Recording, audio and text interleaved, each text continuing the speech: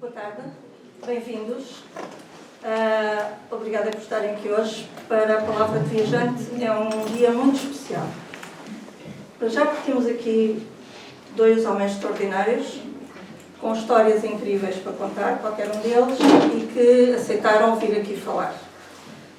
Por outro lado, o TT Michel fez uma viagem indescritível nos anos 60, com uma candura e uma generosidade que eu acho que quem lê o livro e depois conhece o autor percebe que o autor está completamente partido no relato que fez.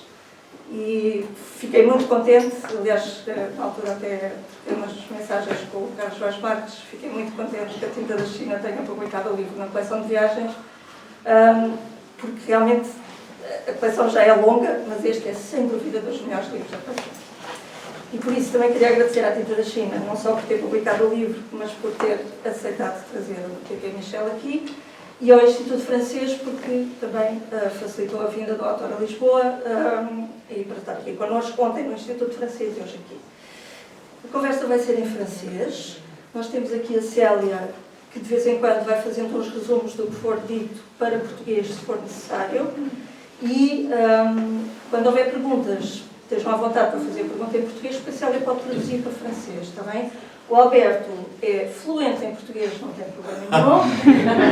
O TT Michel é fluente em língua inuit, e aí o problema já é nosso. Alors, merci, Mikili. Merci beaucoup. Obrigada, Alberto. E obrigada, Célia. E o que for preciso, digam e estejam à vontade e espero que possam desfrutar desta conversa. Merci. E temos uma curiosidade. Onde e como é que se conheceram? Obrigada. Bon, on va commencer. Bonsoir, merci. Tous les remerciements que Anne a fait, nous les répétons, mais surtout nous remercions Anna Coelho pour nous recevoir dans cette magnifique librairie. Donc, on va commencer. Vous avez raconté votre histoire 100 000 fois depuis que vous avez écrit votre livre, à peu près. Bon. Est-ce qu'il y a une question au sujet de votre aventure qu'on ne vous avait pas, on n'a pas vous posé? Certainement. Laquelle? Mais figurez-vous que les enfants groenlandais,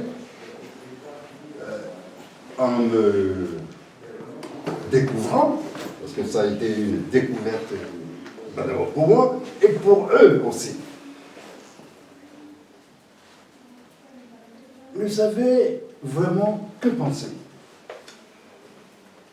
Pour certains, j'étais un Danois qui portait un masque. Et puis, il cherchait à regarder mes mains. Mais seulement, je portais des gants et j'avais les mains dans les poches. Ils ne voyaient que le visage.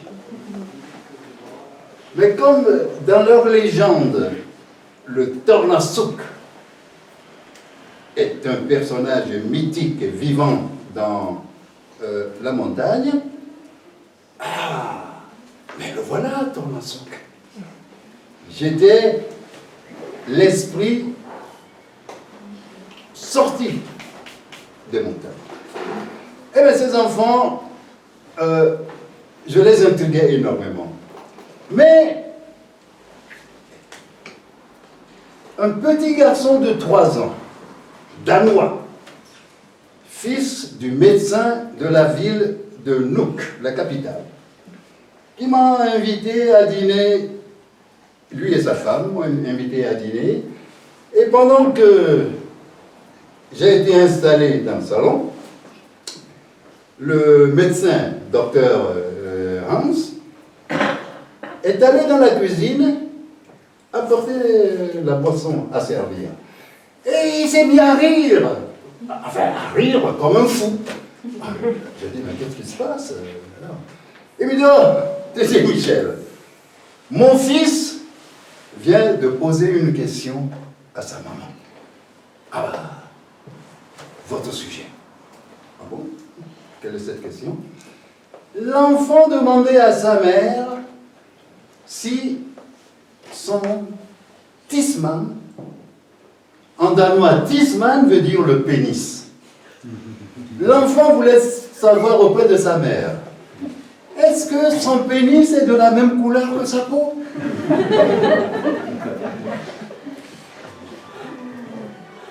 Imaginez ce qui se passait dans la tête des enfants groenlandais.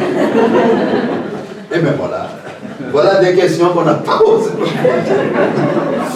Donc, on va aller en arrière, on va commencer par votre enfance. Merci. Alors, racontez-nous un peu cette histoire qui a déclenché l'aventure, votre histoire avec le serpent. Imaginez-vous, enfin, quand on me demande des fois qu'est-ce qui vous a donné l'idée d'aller au Groenland, et quand je dis un serpent, eh bien, les gens se demandent si je suis sérieux, si je plaisante ou non. Eh bien, cette histoire de serpent est quand même le moteur de cette... je ne peux pas appeler ça une décision de partir. Parce que décider, c'est raisonner. Mais moi, je suis parti sur un coup de tête. C'était une folie. Quand je me suis trouvé face à face, bon, je suis monté sur ce cocotier, très haut, mais chargé de noix de coco. Et pour nous, c'est un bonheur de trouver une telle richesse. J'arrive au sommet, et au lieu de commencer à faire tomber les noix, eh ben, j'ai coupé une noix. Et quand nous partons de bonne heure de la maison, nous n'avions pas le temps de manger, de prendre un petit déjeuner. Et puis, au sommet du cocotier, c'était une bonne chose que de boire le lait d'un coco. C'est ce que j'ai fait. Et puis, j'étais heureux. Dans le vent, quand on dominait tout, on voyait la mer, ben, on était contents, hein, comme nous, les enfants togolais. Et puis, tout d'un coup, je m'aperçois que je n'étais pas seul au sommet de ce cocotier. Il y avait quelqu'un d'autre, le serpent. Le moment le plus terrible, c'est que ce serpent me regardait sans rien me dire. Qu'est-ce qu'il avait dans la tête? Que pensait-il? Que voulait faire? Je tremblais. Mon coupe-coupe était tombé. Alors, je me suis senti que je n'étais plus chez moi. J'étais chez lui. J'étais dans son domaine. Il était le maître de cet endroit-là. Tout doucement, je reprends ma descente vers le tronc du cocotier. Toujours sans faire de bruit, le serpent s'avançait.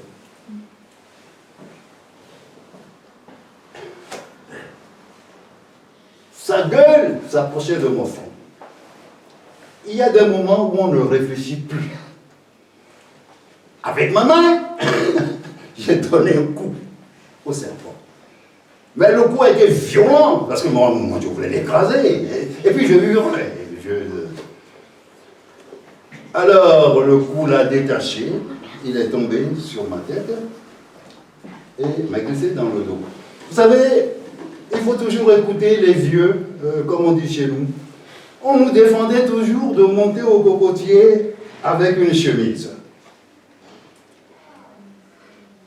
Parce que quand nous arrivons au haut du cocotier et que nous tirons sur les branches, il y a de petites bêtes qui se logent dans les cavités. Il y a des scorpions, il y a des scolopendres qui tombaient sur nos cheveux. Alors, Avec nos cuisses, on serrait le tronc du cocotier et avec nos mains, on chassait les débris de nos cheveux. Vous savez, quand on a les cheveux crépus, tout s'y accroche et les termites, les fourmis, quand ils pénètrent dans des cheveux crépus, eh bien, ils y restent.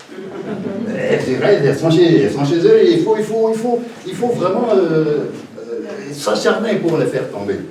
Donc, on nous défendait de monter au cocotier avec une chemise. Heureusement pour moi, parce que si le serpent s'était logé dans ma chemise, je tombais d'une hauteur encore plus vertigineuse. Alors le serpent, eh ben, il est tombé. C'est impressionnant.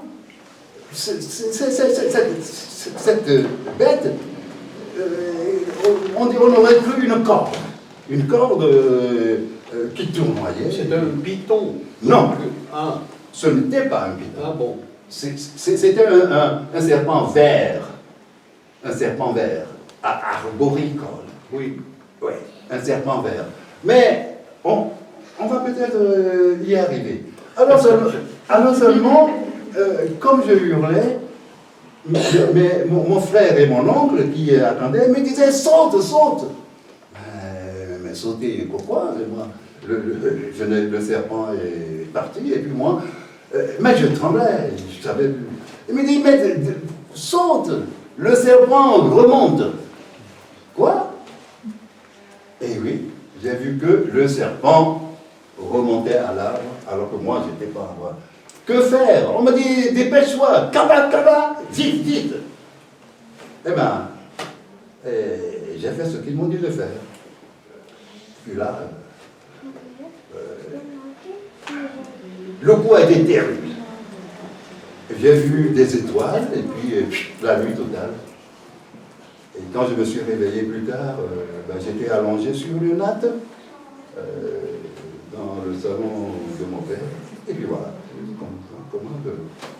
cette histoire a commencé. Mais cette histoire aurait pu être très simple, aurait pu se passer normalement si papa avait été un chrétien ou d'une autre religion, il m'aurait amené à l'hôpital, il m'aurait... non! Lui, il était bokono, c'est-à-dire un guérisseur lui-même. Bon, papa avait 8 femmes et nous on était 26 enfants. Il n'allait jamais à la pharmacie, il nous soignait avec des plantes, des racines de toutes sortes, des décoctions qu'il nous faisait boire. S'il avait été chrétien comme les pères blancs essayaient de le convertir, il ne m'aurait pas amené chez la prêtresse du culte des serpents. Donc mon histoire se serait terminée comme ça, au Togo, tout simplement. Et j'aurais été heureux comme ou cultivateur, ou chasseur, ou enfin je ne sais pas. Et bien voilà, le début avec le serpent. Mais là, ce n'est que le premier épisode. Oui. Le deuxième. Alors le deuxième,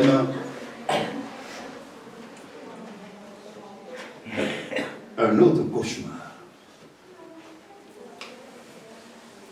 Nagan, la première épouse de papa, lui demande au 3e jour ce qu'il compte faire. Tu bourres, tu lui as... Tu as déjà donné à Tété ton antidote. Or, il vient de dire qu'il n'a pas été mordu par le serpent, donc ton antidote l'empoisonne au lieu de le guérir. C'était fait avec du venin de serpent, du venin de crapaud, ouais, mélangé à des racines. Mais ce sont des recettes ancestrales, oui, que tout le monde suivait dans nos villages. Quelquefois ça marchait, on ne sait pas si ça marchait. Parce que il y a beaucoup de choses que moi j'ai appris plus tard. Quand un serpent mord quelqu'un, c'est le serpent qui décide. Qui décide s'il envoie du venin ou non. Mais chaque fois que un serpent mord quelqu'un, eh ben, on lui donne quand même de l'antidote. Alors, est-ce que nos antidotes localement fabriqués guérissent vraiment du venin? Ou est-ce que le serpent a gardé son venin pour lui? C'est-à-dire qu'il n'y a qu'une sorte d'infection à cause des crocs, etc. Bon. Donc, certaines personnes guérissent de ces morsures de serpents. Et puis, bon, même aujourd'hui, en Afrique, il y a des gens qui se font piquer tous les jours par un serpent, des serpents venimeux, mais à savoir si le serpent décide d'injecter son venin ou non. Célia, est-ce que vous voulez raconter en 2 mots en português ce qui s'est passé? Les 2 aventures. Duas palavras. Acabei de escrever uma, então. Vou tentar fazer pequeno resumo. A primeira pergunta foi sobre o facto de Titi Michel ter contado a sua história imensas vezes e o Alberto perguntou qual é a pergunta que ninguém faz, nunca. E ele contou que quando chegou na Groenlândia foi uma descoberta para a população, para o povo todo, e especialmente para as crianças, que estavam a descobrir algo sobre ele, mas sobre eles próprios. E todas as crianças pensaram que era um dinamarquês com uma máscara. Então estava sempre à procura das mãos para ver se era uma máscara ou não, mas com as luvas não era possível saber se fosse ou não. E um dia, no início, foi convidado a jantar na casa do médico e durante a refeição o médico sai da sala e começa a rir-se imenso, porque o filho, de 3 anos, tinha perguntado à mãe se o pênis de Titi Michel tinha a mesma cor do que o rosto, que era mesmo uma pergunta que fazia muito rir. Depois, Titi Michel contou a história que faz com que viajou para a Groenlândia. E foi uma cobra que decidiu da viagem. Ele estava num coqueiro. Num coqueiro, a subir com muitas cobras.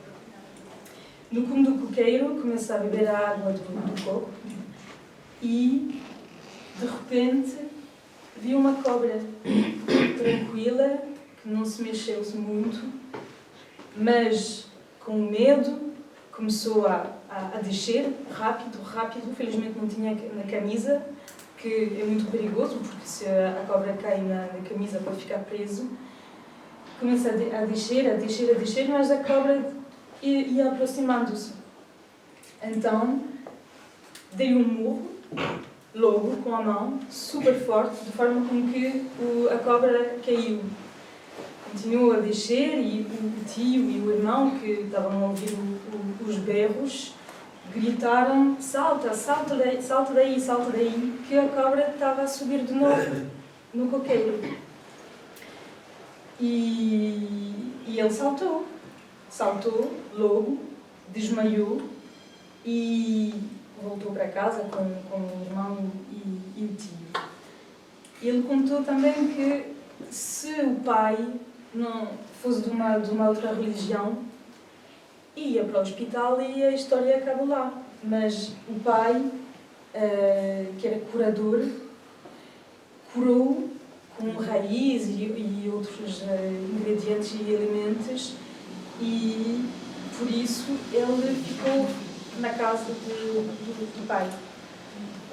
E então, agora entramos no segundo episódio, no qual a primeira esposa do pai, que vê que o estado do Titi Michel não está a melhorar, pergunta se não havia outra coisa para fazer, porque quando alguém está mordido por uma cobra, há só um remédio para tratar do veneno. Mas é a cobra que decide de enviar veneno ou não. Às vezes pode ser só uma mistura sem veneno. Alors, on va continuer cette aventure, mais allons à la solution que votre père trouve à ce problème. Papa était un produit déjà de sa propre culture, de sa propre tradition. Figurez-vous qu'il avait 8 femmes, 8 épouses, et que nous étions 26 frères et sœurs. Dans cette culture, la richesse d'un homme dépend du nombre de ses enfants. Absolument. Et papa était électricien à l'UNELCO, Union électrique coloniale, mais au village, il avait aussi des terres. Et croyez-moi que pendant les vacances, quand nous débarquions là-bas, le travail à faire sur 2 semaines était fait en 1 jour. On était nombreux pour labourer, donc le travail était vite fait. Et puis quand vient le moment des récoltes, mon papa était un homme riche, sans avoir de compte en banque, mais il était riche par le nombre de ses enfants. Il faut dire que tout ça, ça se passe dans les années 60 et que l'indépendance du Togo ne se passe qu'en 1960. 60 exactement. Voilà. Donc c'est juste à la fin du colonialisme. Exactement. Mais c'est quand même une vie séculaire. Pendant des siècles, nos ancêtres vivaient comme ça, sans interruption. Les pères blancs qui essayaient de convertir papa lui disaient Pierre. Bon, enfin tout ça c'est encore une autre histoire. Les pères missionnaires l'appelaient Pierre. Alors que lui, son nom traditionnel, c'est Yao. Yao Ekpe. Ekpe en mina veut dire la pierre. Et quand les pères blancs ont dit, c'est Saint-Pierre. C'est Saint-Pierre. Donc il appelait Pierre. Il disait Pierre, il faut répudier 7 de tes 8 femmes, n'en garder qu'une et se marier à l'église avec, et comme ça, tu iras au paradis. Papa dit, mais épouser une femme d'un village, c'est épouser tout le village. Si je répudie 7 femmes, je serai en guerre avec 7 villages. Et puis les enfants issus de ces 7 femmes. Mais qu'est-ce que j'en fais? Ton Dieu veut que je fasse ça? Mais moi, mon Dieu veut que je protège mes enfants. Et papa a refusé. Mais si papa n'avait pas refusé, je n'aurais jamais connu le Groenland. J'essaye de comprendre tout ça. Passons à Célia qui résume vite nos...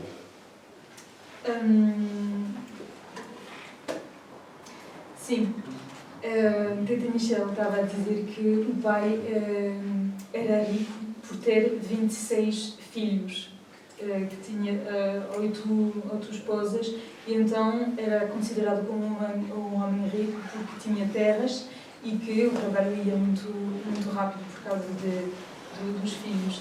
E os pais brancos, queriam que os padres brancos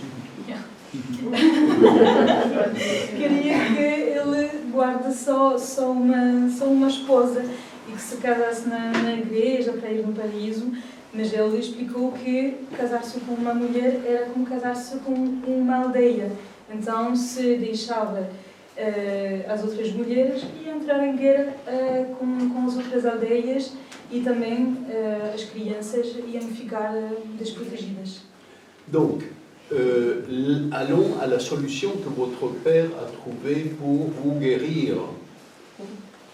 L'antidote, les plantes. Mais la solution est venue de Nagan, est venue de sa première épouse.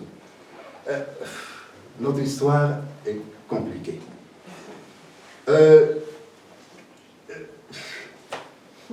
Mais enfin, moi ce qui me chagrine, c'est que les Blancs qui sont venus en Afrique n'ont pas cherché à comprendre nos traditions. Chez nous, ce n'est pas l'homme, ce n'est pas mon père qui a épousé 8 femmes. Non, c'est Nagan, la première femme, qui a fait venir la deuxième femme. Nagan, quand papa, il travaillait chez les Blancs, comme électricien. Il fallait lui laver les chemises. Il fallait, avec un fer à repasser qui était un vrai fer et qu'on mettait sur le charbon et on repassait, il fallait qu'elle repasse cela. Il fallait qu'elle fasse la cuisine pour papa et la cuisine pour elle-même et ses enfants. Ça faisait trop de travail. Elle dit, bon, il me faut une assoufsi. Assoufsi, dans ma langue, veut dire la deuxième épouse de mon mari. Je ne peux plus tout faire toute seule. Voilà comment vivait notre société. Quand les enfants sont commencés à venir et qu'il y avait 2 épouses, les 2 épouses ont cherché une 3e compagne pour papa. 4e, 5e, 6e, 7e et 8e. Ma mère a été la 3e épouse. Les femmes, certaines ont eu 2 enfants, d'autres 3 enfants. Moi, ma mère a eu 5 enfants. Et puis, d'autres femmes sont restées sans enfants. J'ai des oncles qui n'ont jamais voulu se marier et qui sont restés célibataires. J'ai des oncles qui sont monogames, qui sont contents avec une seule femme. Voilà l'Afrique, voilà notre Afrique. Les Blancs n'ont rien compris, n'ont même pas cherché à comprendre. Et pour vous, toutes ces femmes étaient votre mère. Ah ben tiens, et Nagan, Na veut dire mère. Nagan, respectable, respectable femme épousée avant ma mère. Nagan. J'avais 2 Nagans. Les femmes épousées après ma mère étaient mes Navi. Vi veut dire, c'est le terme petit. Je m'appelle Tété, mais comme papa, alors c'est encore une autre histoire. Le premier garçon d'une femme, le premier garçon s'appelle Tété. Le deuxième, on ne choisit pas les prénoms chez nous. Les prénoms chez nous, c'est comme des vêtements prêts à porter. Les prénoms sont là depuis des siècles. L'enfant naît et porte le prénom qu'il attendait avant sa naissance. Oh, personne ne choisit le prénom. Le premier garçon s'appelle Tété, le deuxième s'appelle Tété, le troisième s'appelle Été, qui le veuille ou non. Le quatrième s'appelle Témé, etc. La première fille s'appelle Dédé. Dédé, ce n'est pas André en français, hein. C'est Dédé. Dédé, c'est le féminin de Tété. Tété, Dédé. Dédé, Coco, Mablé, Madoué, etc. Si bien que, dans la rue, si quelqu'un demande comment tu t'appelles et que tu dis je m'appelle Mablé, la personne sait tout de suite que tu es la 4e des filles de ta mère. C'est automatique. Alors seulement, comme il y avait 8 tétés, C'est comme Maria au Portugal. je ne sais pas si on peut comparer. Il y a 1000 Maria. Il y a Maria Joana, Maria Anna, Maria. Bon. Alors, pour nous distinguer, il y avait des adjectifs. On peut dire tété-gant. Tété-gant, c'est le tété est né de tous les tétés. On peut dire tété-vie. Bon, il y a Navi, mère posée à peu près. Tété-vie, on peut m'appeler tété. Moi, on m'appelait tété tout court. On peut dire tété d'Ométor, tété du milieu. On cherchait des... Et puis, quand il arrive et qu'on s'embrouille et qu'il n'y a pas de nom, bon, ça, ce sont nos prénoms ethniques. Et puis, nous avons aussi nos prénoms de jour de naissance. Le lundi, c'est Joda. Bon, nos noms, ça se termine par da, comme en anglais on dit day, Monday, Tuesday, Wednesday, en français c'est di, lundi, mardi, mercredi, ça. Nous, c'est da. Le lundi, c'est Joda. Tous les garçons nés un Joda s'appellent des Kodjo. Si au Togo vous demandez à quelqu'un qui son nom, il vous dit Kodjo, il n'est pas né un dimanche. On le sait tout de suite. Alors, donc, Joda, Kodjo. Mardi, Blada, Komla. Mercredi, Kuda, Koku. Jeudi, Yaoda, Yao, comme mon père et comme moi. Vendredi, Fida, Kofi. Kofi Annan, il ne peut pas mentir. Il ne peut pas dire non, je suis né un mercredi. Non, il est né un vendredi. Ça, tout le monde le sait. Alors, samedi, Memleda, Komla. Dimanche, Kossida, Kossi. Mais tout ça avec des déclinaisons. Kossigan, Kossivi, Kossi, bon, etc.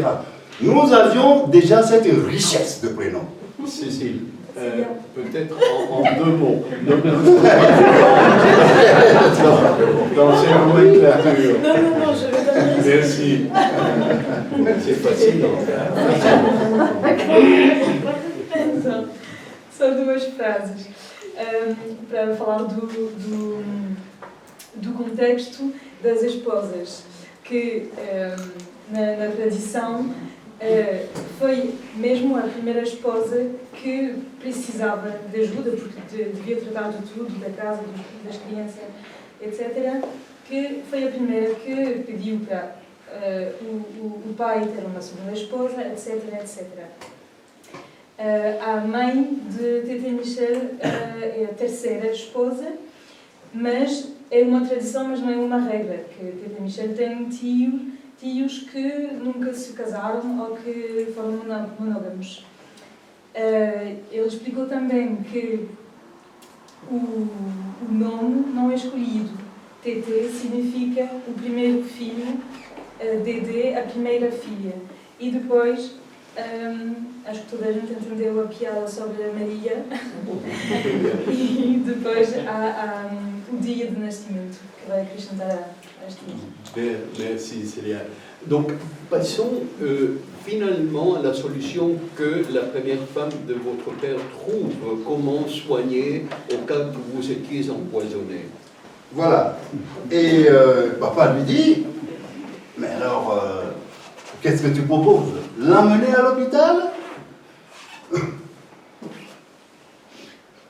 Les Blancs ne savent rien de nos traditions. Chez nous, vous savez, l'Africain, devant la mort, se comporte exactement comme quelqu'un qui attend un bus. On attend un bus, on sait à peu près à quelle heure il va arriver, mais on ne sait jamais à quelle heure il sera à destination. Donc, on attend.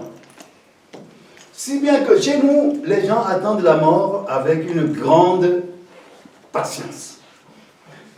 Les mourants en Afrique ne hurlent pas, ne s'agitent pas, ne s'accrochent pas à la vie. C'est tout simplement un passage. Bon, pendant des siècles, c'est en nous. Pendant des siècles, ça s'est passé comme ça. Alors papa dit, mais l'emmener à l'hôpital, les Blancs ne savent pas comment... Papa était prêt à me voir mourir. Si c'est mon destin. Il n'y a rien de... Oui, on fera des cérémonies et puis bon, on passera à autre chose. À l'hôpital où les Blancs et les infirmiers ne savent rien de nos traditions, alors que si Tété meurt dans mes bras, eh bien je sais comment le préparer. Vous savez, nos mères, nos 8 mères, s'entraidaient énormément. Quand une de nos mères était enceinte, elle n'accouchait jamais dans la maison de papa. Elle retournait dans son village pour accoucher auprès de sa propre mère là-bas. Parce que l'Africaine sait très bien qu'elle peut mourir en donnant naissance à une vie, mais elle préfère toujours mourir dans les bras de sa propre mère. Donc elle retourne au village. Et pendant qu'elle retourne au village pour accoucher, ses autres enfants étaient laissés au bon soin des autres femmes. Enfin, je n'avais pas une mère, j'avais 8 mères. 8. Vous imaginez la richesse que c'est? 8 mères. Et puis, chacune d'elles me protégeait.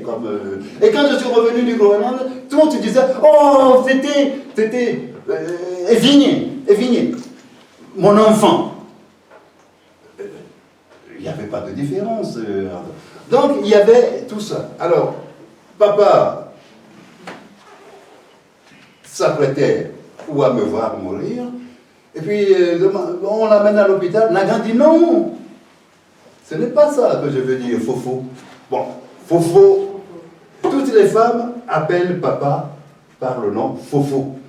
Or, Fofo est un nom, ça ne veut pas dire mon mari, ça veut dire mon respectable grand frère. Entre nous, les enfants, même s'il y a un frère âgé d'une semaine de plus que soi, puisqu'on est de différentes mères, on ne l'appelait jamais par son prénom. On était corrigé. Si par exemple, un de mes frères, Tété, a un jour de plus que moi, et que je l'appelle Tété, ah non, ce n'est pas permis. Je dois dire Fofo Tété. Respectable grand frère Tété. Avec 26 enfants, s'il n'y a pas ce respect, cette discipline, eh bien, la maison serait invivable. Si entre les 8 épouses, il n'y a pas cette entente, c'est-à-dire que ce sont les femmes qui créent la polygamie. Et s'il n'y a pas cette entente, eh bien, la maison serait invivable. Vous vous imaginez 8 épouses? Donc elles s'entendaient, elles se sont déjà entendues dès le départ pour vivre dans cette communauté traditionnelle. C'est ça la polygamie. La nôtre. Donc Nagan dit non, Fofo, pas à l'hôpital, mais le serpent l'a poursuivi. Mais pourquoi? D'abord le serpent l'a suivi, il est en descendant de l'arbre, ensuite le serpent est remonté. Mais il y a une raison cachée, il faut découvrir. Pourquoi le serpent s'est acharné sur Tété? Restons pour que Célia puisse 2 mots. C'est toujours Então, 2 palavras sobre o funcionamento da poligamia, que é baseada mesmo sobre o respeito e que cada uma pessoa da família tem título bem específico para manter as boas relações entre toda a gente. É assim que conseguem conviver 8 mães com os filhos de todos. E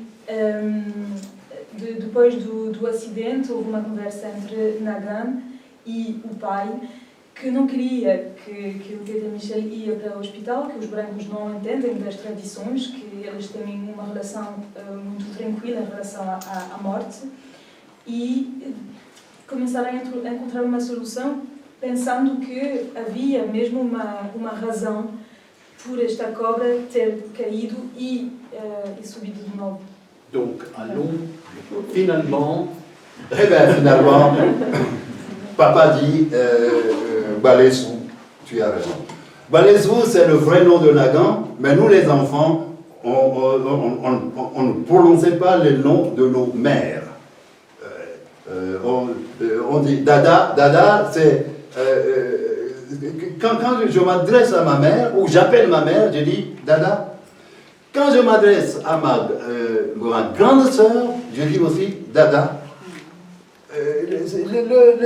La différence entre celle de Dada, la Dada appliquée à ma grande sœur, veut dire respectable grande sœur. Fofo, t'étais mon respectable. Mais toute la tradition veut ça. Toutes les personnes de la famille et du quartier veulent ça. Et si bien que dans la rue, quand on rencontre quelqu'un qui peut avoir l'âge de notre grand frère, nous l'appelons aussi Fofo. Nous rencontrons une jeune fille qui peut avoir l'âge de notre grande sœur, nous disons Dada. Il y a ce respect. Et puis, si vous voyez au Togo deux vieux, comme nous, assis. vous êtes beaucoup plus jeune que moi. Ça peut être le contraire. Vous voyez deux vieux assis sur un banc en train de parler, tendez bien l'oreille. Vous remarquerez que ces deux vieux se respectent à travers leurs paroles. Il y en a un qui appelle toujours l'autre Fofo. Ce respect signifie tout. Le blanc qui arrive, et toi, tu, ce n'est pas ça, notre culture d'origine. Bon, papa dit Balesou. Balesou, c'est le vrai nom de Nagan. Alors, qu'est-ce que tu suggères? Il dit, ben oui, mais pour connaître la raison, pourquoi le serpent l'a poursuivi, il faut aller dans la forêt sacrée pour voir avec la prêtresse. Parce qu'il faut trouver la cause avant de continuer à le bourrer de médicaments. Papa dit, bon d'accord, tu as raison. Et le troisième jour de mon accident, eh bien, on m'amène dans la forêt sacrée. Bon, vraiment. Anna, jusqu'à quelle heure peut-on continuer? Bravo, hein? Ah bon? Ah bon. D'accord. Bon, ben, on prend le petit déjeuner ici. Attention au Groenland, la nuit dure des mois. Hein. Oui.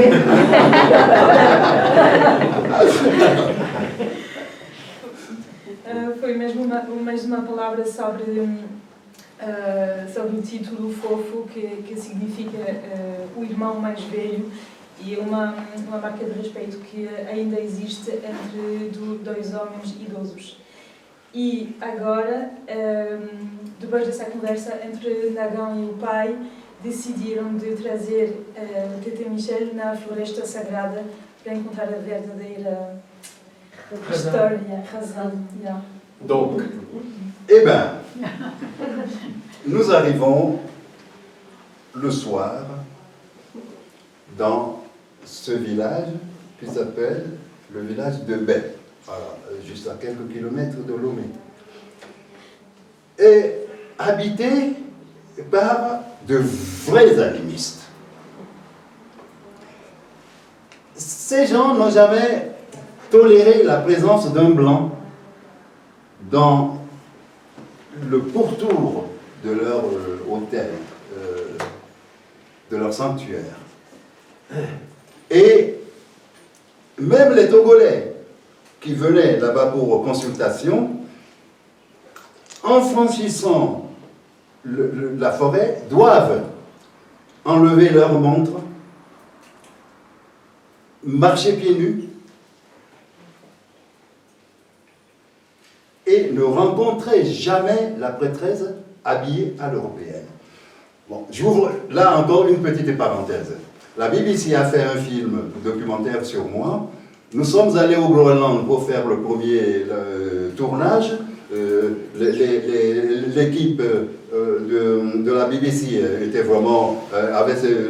tout le monde avait son blouson polaire. Et puis, le mois d'après, on est allé au Togo pour le tournage de la partie africaine. Bon, là, ils étaient en Bermuda, ils étaient... mais quand nous sommes arrivés à Togoville pour tourner le film, la prêtresse leur a dit: vous êtes des Blancs, mais ici vous n'êtes pas chez vous. Vous ne porterez que des pagnes et rien d'autre. J'ai des photos montrant ces caméramens torse nu, en pagne et filmant. Parce que la prêtresse a dit: ou pagne, enfin, sans pagne, pas de film. Et ça a été respecté. Donc, nous arrivons dans cette forêt où on avait, nous les enfants, on n'avait pas de chaussures, hein, on n'avait pas de sandales, on m'avait saint, j'avais mon pagne autour des reins, je n'avais pas de chemise, etc. Alors on est passé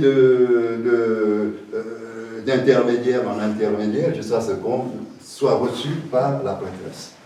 Et là,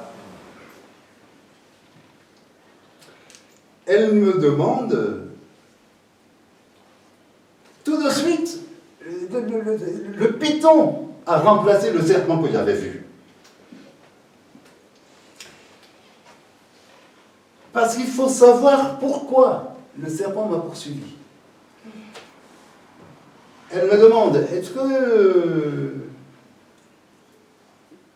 tu as toujours eu de bons rapports avec les serpents? Oui. Tu n'as jamais tué un python? Alors papa dit: ah non, non. La prêtresse dit: non, non, c'est à lui que je pose la question. C'est à lui de me répondre. J'ai dit: non, non. Mais est-ce que tu en as déjà vu chez toi? J'ai dit: ah oui, bien sûr. Des fois, le matin, on se levait, on allait dans l'enclos qui nous servait de cuisine, et puis on voyait un python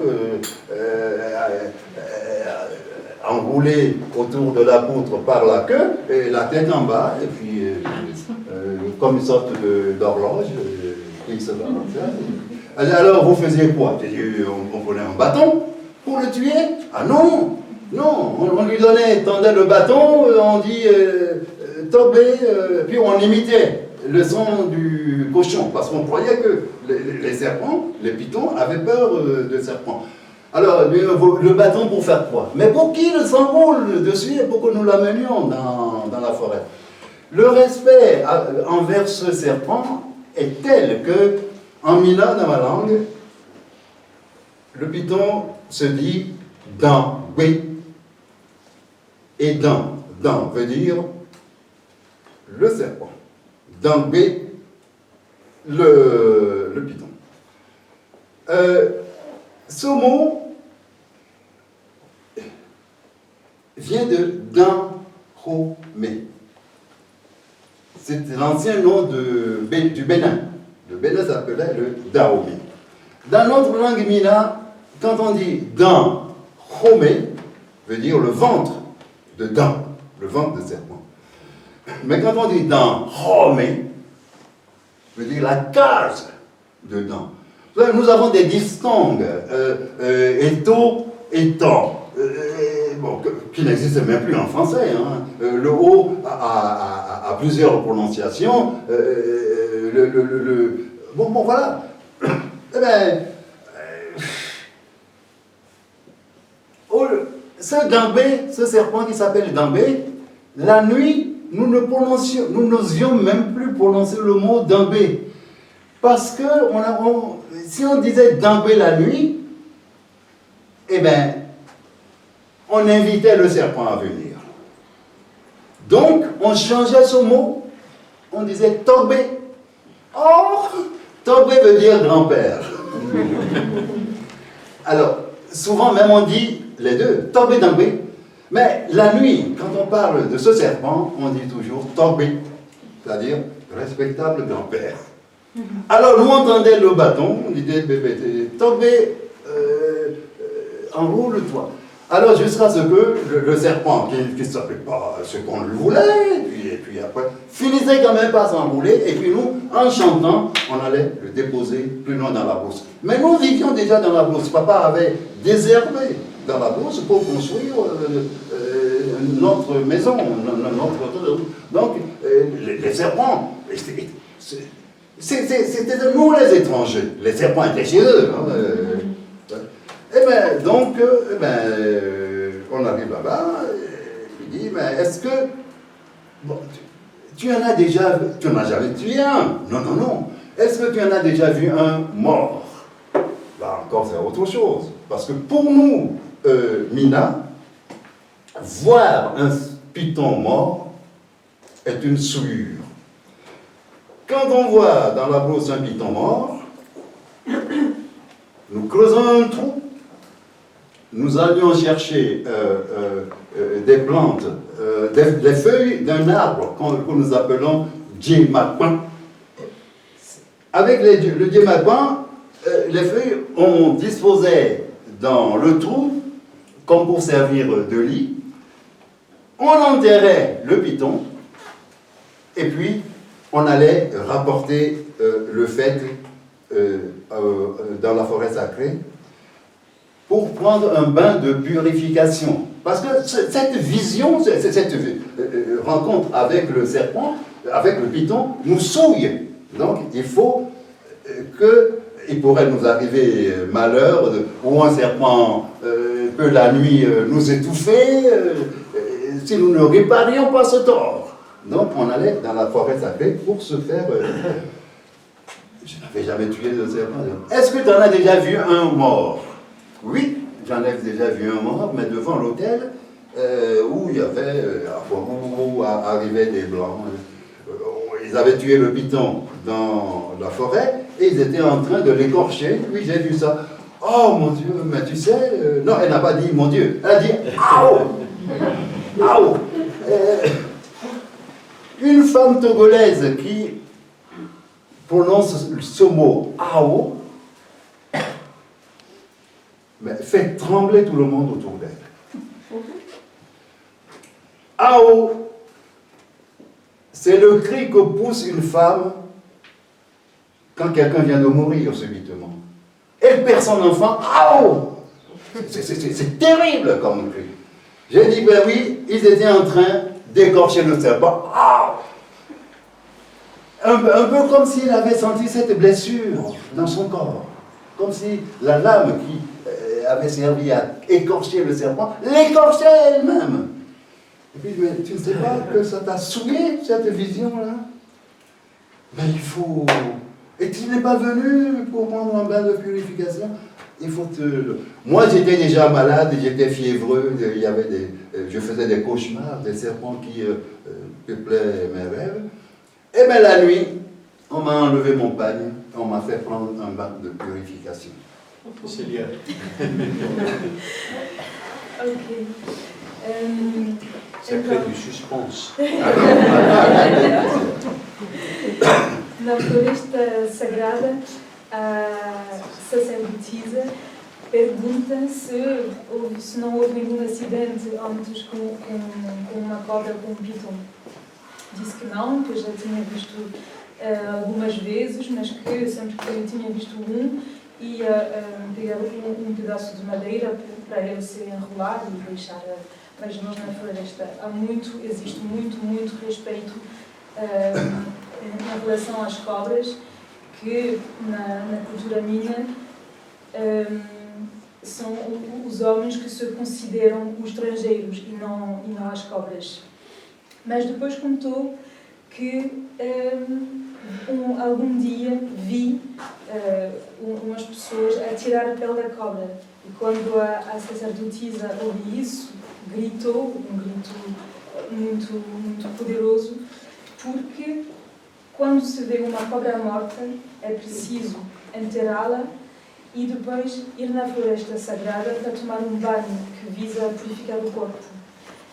E esse acontecimento, com a cobra a ser maltratada, também depois devia tomar um banho a purificar. É a mesma coisa do que ver uma cobra morta. Bon, je prends ce bain de purification et la prêtresse, bon, il y avait des pitons,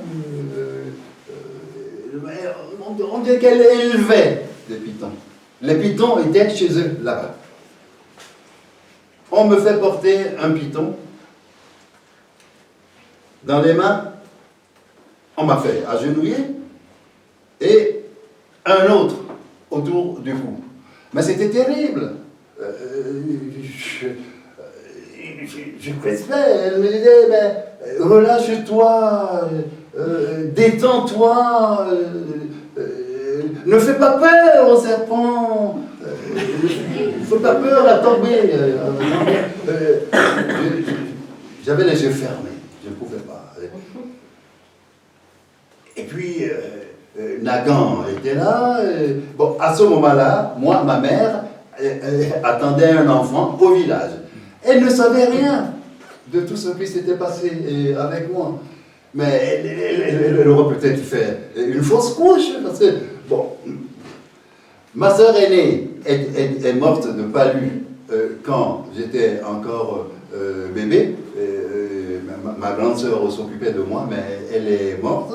Et si bien que moi j'étais le seul enfant qui restait à ma mère. Donc elle attendait un enfant au village. Si elle avait su ce qui m'était arrivé, bon, mais mes autres mères à la maison, vous voyez que c'est Nagan qui, avec papa et d'autres frères, m'ont amené bon, jusque-là. Alors, je tenais ce tombé. Je ne tenais pas un serpent, non. Je tenais un dieu. je tenais un tombé. À la fin, le serpent autour du cou s'est laissé glisser jusqu'à terre. Et puis la prêtresse a repris le serpent, le piton que j'avais entre les mains. Et puis elle m'a dit que oui, maintenant, le tort est lavé. Que je n'aurai plus ce genre d'accident avec le piton. Et puis elle m'a raconté son histoire à elle-même. Elle m'a dit que quand sa mère l'attendait, quand sa mère était enceinte d'elle, sa mère était souvent poursuivie par les serpents, jusqu'à ce qu'on a promis au dieu Python que l'enfant à naître sera dévoué à son service. Après cette promesse au dieu Python, eh bien, les serpents ont cessé de poursuivre sa mère. Et que moi, avec ce qui vient de se passer, je n'aurai plus d'accident avec les serpents. Mais moi, oui, j'y ai cru. Bon. Vous savez, quand il s'agit de religion, on croit toujours ce qu'on nous dit. L'animisme, c'était ma religion, j'y croyais profondément. Mais comme il faisait nuit, et que la prêtresse avait peur que si on nous laissait retraverser la forêt, le bois sacré, pour rentrer chez nous, on pouvait piétiner des serpents sur notre chemin. Donc on nous a gardés dans la case pour la nuit, jusqu'au lendemain, pour nous permettre de rentrer chez nous. Et c'est là où la prêtresse a demandé à papa de me ramener une fois. Bon, elle lui a dit les plantes avec lesquelles il devait continuer à me soigner, et de me ramener dans le bois sacré pour que je devienne moi-même un prêtre du culte des serpents. Célia.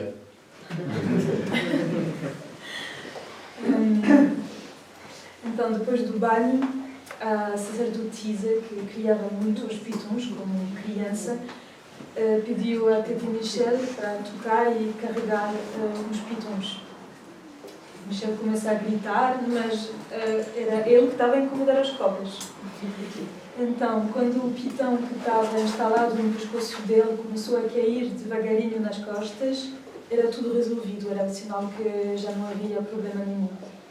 Mas, como já era noite, a sacerdotisa teve medo de eles andarem sem ver nada e andar nas cobras, então ofereceu hospitalidade para a noite. E foi naquela noite que ela pediu ao pai para ensinar a Titi Michel para criar as cobras também. Bon, allons jusqu'au moment où vous découvrez un moyen d'éviter ce sort. Personne ne m'avait rien demandé à moi. C'est à papa que la prêtresse s'est adressée. En retour, papa ne m'a rien demandé à moi.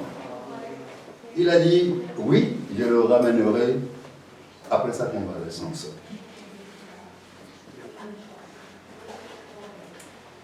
Au Togo, la parole d'un père est sacrée. Et bien, je n'avais qu'à faire ce que mon père avait décidé. Mon père lui-même a toujours fait ce que les traditions ont décidé, et puis moi aussi de poursuivre dans la même lignée. Mais j'étais terrifié. Les Blancs nous ont fait du mal, mais aussi du bien. Le fait d'aller à l'école nous a fait sortir quand même comment dirais-je, un peu de notre obscurité. Il nous a ouvert un peu les yeux sur ce que nous vivions, qui était notre univers, sans voir autre chose de l'autre côté. Bon, rentrer dans la forêt sacrée, c'est y passer 7 ans. On arrive, on se fait raser la tête, comme si on était un nouveau-né. Et à ce moment-là, on commence les différentes initiations.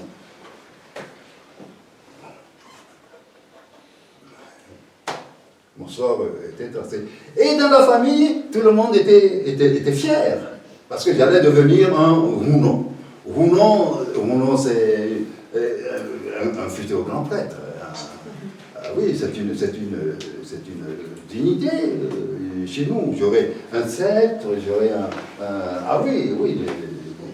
presque un couronnement, quoi, représentant une divinité. Bon, ici, quand on dit vaudou, c'est flou pour les gens. Chez nous, vaudou, c'est une sorte de cosmos. La foudre, la terre, la mer, le python, et tout ça constitue le vaudou. Et au-dessus, il y a Mahou. Mahou, si je traduis ce mot, ça veut dire l'inégalable.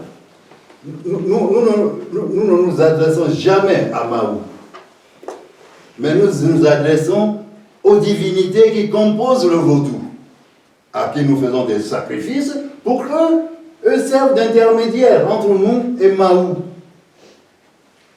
Mahou, nous le respectons, mais nous ne le voyons pas, et puis nous n'osons pas, nous ne lui demandons jamais rien. Mais au contraire, aux intermédiaires, on demandait tout ça. Bien.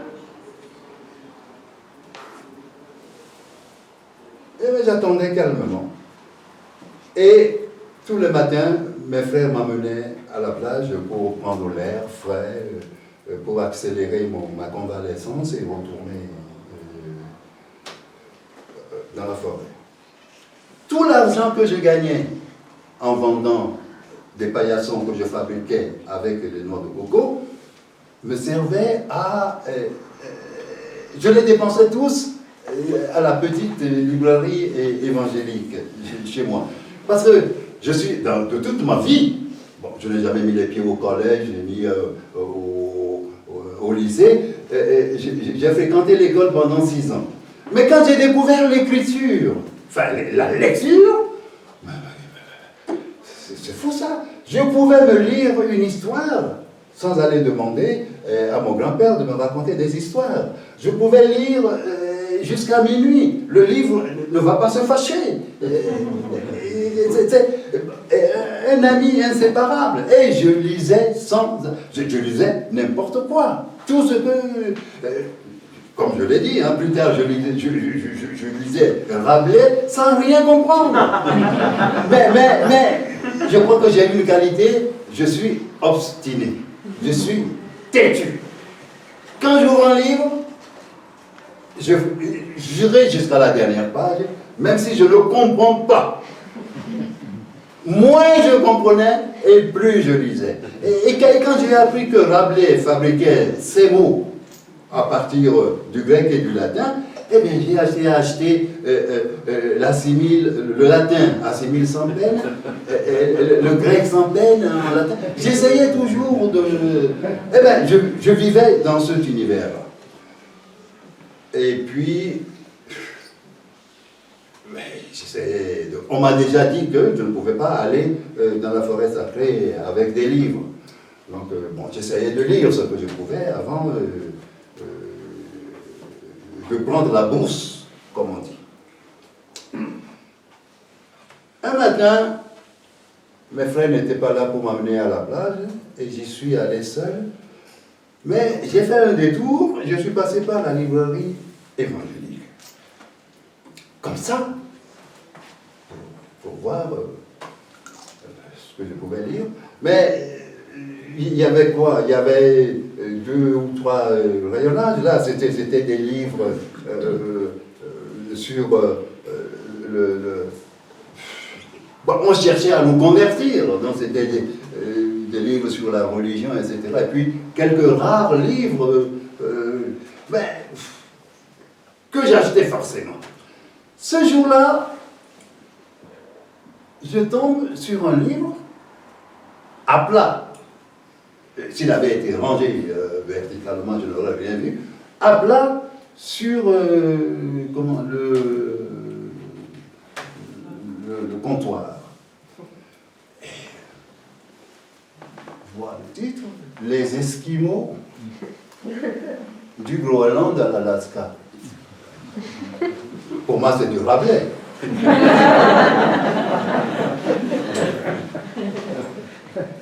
Les Esquimaux, je ne sais pas si c'était des plantes ou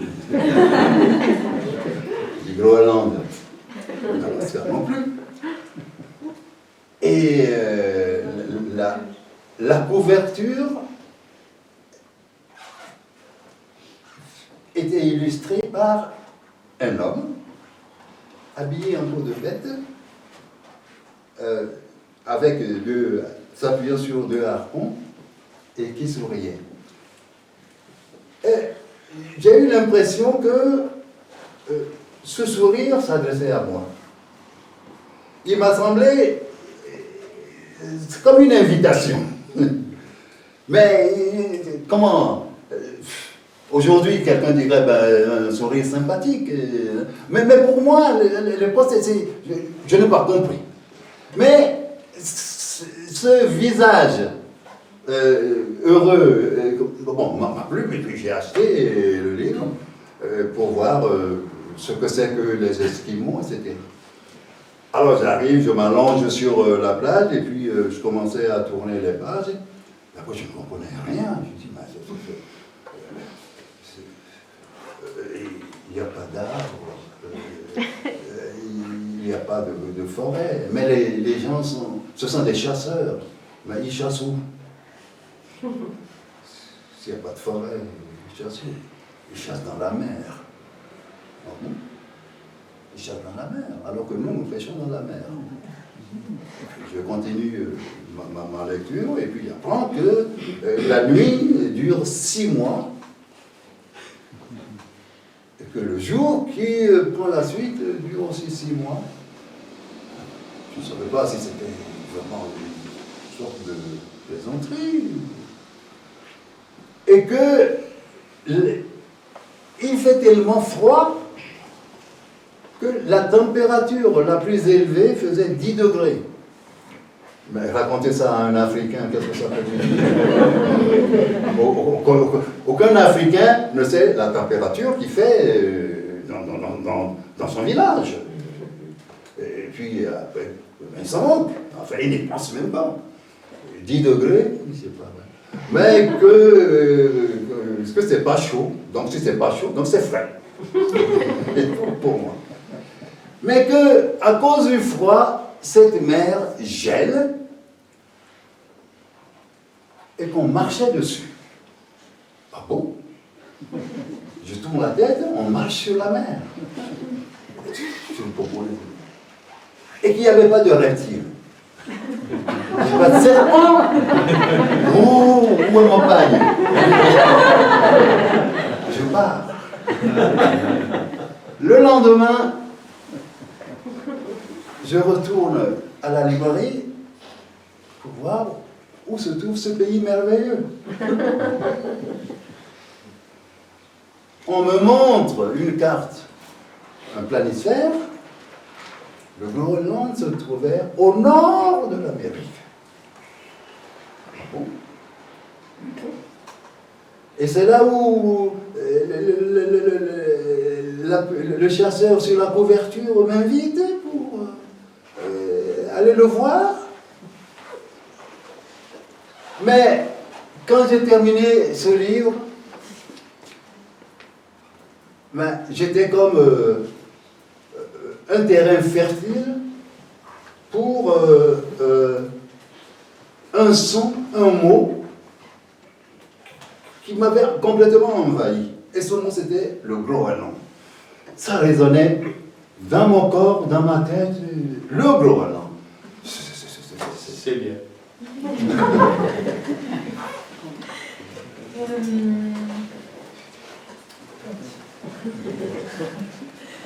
En deux groupes, c'est difficile.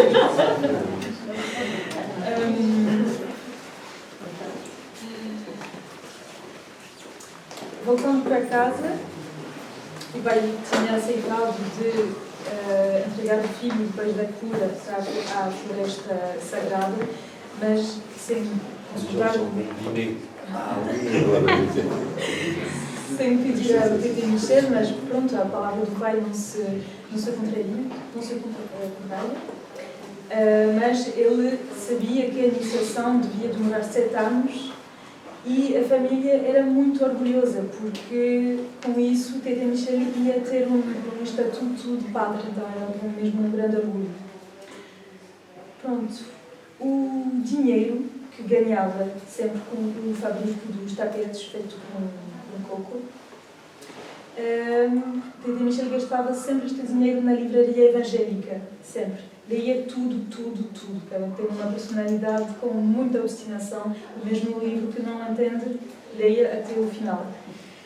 E naquela altura, ele lia ainda mais porque já sabia que não se podia trazer livros pela floresta sagrada. E um dia, nesta livraria, vi o livro Os Esquimós da Groenlândia até Alasca, cuja capa, com o sorriso do esquimo, parecia um convite para ele. Então, voltou para a praia, começou a ler, e não tinha nenhuma ideia do que se tratava.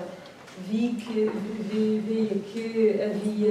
não havia floresta, mas havia caçadores, que havia 6 meses de noite e 6 meses de dia, que o dia mais quente era 10 graus, que não significa nada para ele, e descobre que também o mar gela e que se pode andar nisso, mas ainda mais que não havia cobra.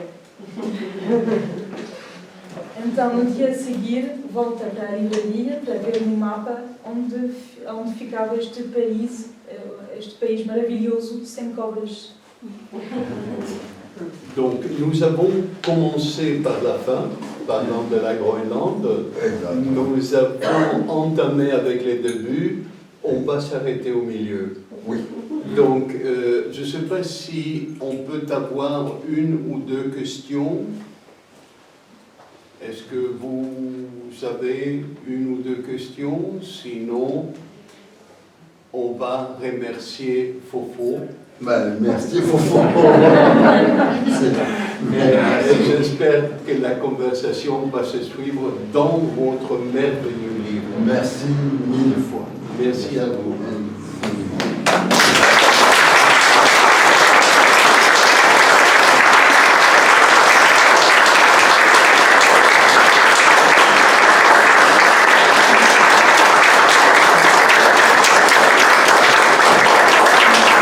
Vous avez signé quelques livres.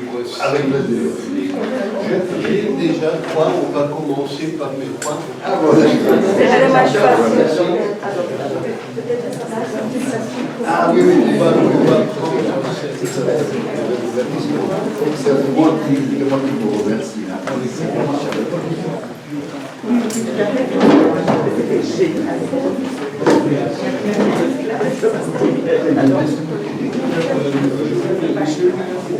Oh, une édition.